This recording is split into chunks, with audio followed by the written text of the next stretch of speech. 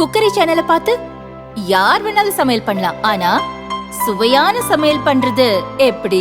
நான் இதயம் நல்லெண்ணெயில சமையல் பண்றேன். ஆஹா ஓஹோன்னு பாராட்டுறாங்க. நீங்களும் இதயம் நல்லெண்ணெயில சமையல் பண்ணுங்க, பாராட்ட வாங்குங்க.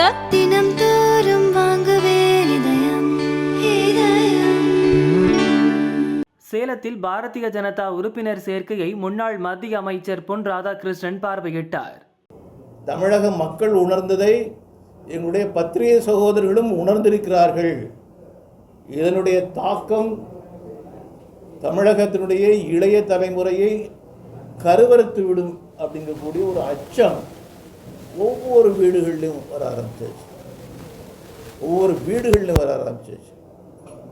அதனால் போதைப் பொருட்களிலிருந்து விடுபடக்கூடிய வகையில் இதை ஒரு அரசியலாக நாம் எடுக்கக்கூடாது. திருமாவளவன் அவர்கள் கொடுத்துருக்கக்கூடிய அந்த கோரிக்கை, அதில் இன்னார் தான், இந்த கட்சி தான், அந்த கட்சி தான் சொல்லாமல் அவர் எல்லா கட்சிக்கும் கொடுத்துருப்பாருன்னு நினைக்கிறேன். அண்ணன் திருமாவளவன் அவருடைய பார்வையில் கோளாறு இருக்கிறது என்று சொல்லி நான் கருதுகிறேன். பொன் ராதாகிருஷ்ணன் தமிழகத்தை சேர்ந்தவனா இல்லையா? அண்ணன் திருமாவளவன் அவர்களுக்கு இருக்கக்கூடிய கவலை, தமிழகத்தை பற்றிய கவலை, தமிழனை பற்றிய கவலை, எதிர்காலத்தை பற்றிய கவலை, அவருக்கு இருக்கக்கூடிய கவலை எனக்கு இருக்குதா இல்லையா? எந்த கட்சின்னு நான் சொல்ல வரல, எந்த கட்சியாக இருந்தாலும் சரிதான். நீங்கள் உங்கள் மாநாட்டுக்கு நீங்கள் கூப்பிடுறது ரெண்டாவது விஷயங்கள்.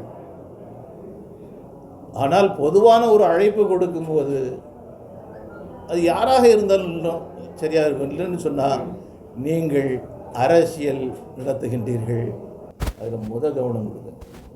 அமைச்சர் மகேஷ் பொய்யாமொழி குறைந்தபட்சம் அவருடைய இலாகா மாற்றப்பட்டிருக்க வேண்டும். குறைந்தபட்சம். பெருசாக வாய்களே நீங்கள்லாம் பேசுகிறீங்கள, பள்ளிக்கூடத்தில் என்ன நடக்குதுன்னு தெரியல. நீங்கள் ஹெட் மாஸ்டரை மாற்றுவீங்க, சிஓவை மாற்றுவீங்க, டீச்சரை மாற்றுவீங்க.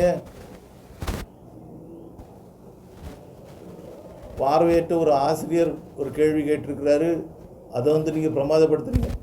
பார்வையற்றவர் ஆசிரியர் மட்டுமல்ல, பார்க்க தவறியவர் அமைச்சர்.